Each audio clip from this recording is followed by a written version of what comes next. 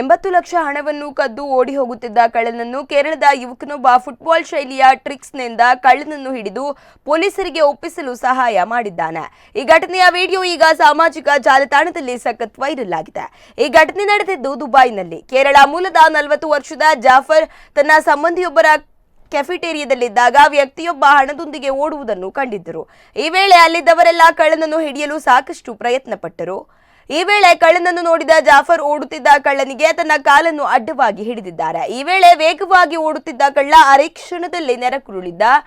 ನಂತರ ಜನರು ಈ ಕಳ್ಳನನ್ನು ಹಿಡಿದ್ರು ಪೊಲೀಸರಿಗೊಪ್ಪಿಸಿದ್ದಾರೆ. ಜೊತೆಗೆ ಈತ ಕದ್ದ ಹಣ ಕೂಡ ಮಾಲೀಕರ ಕೈ ಸೇರಿದೆ.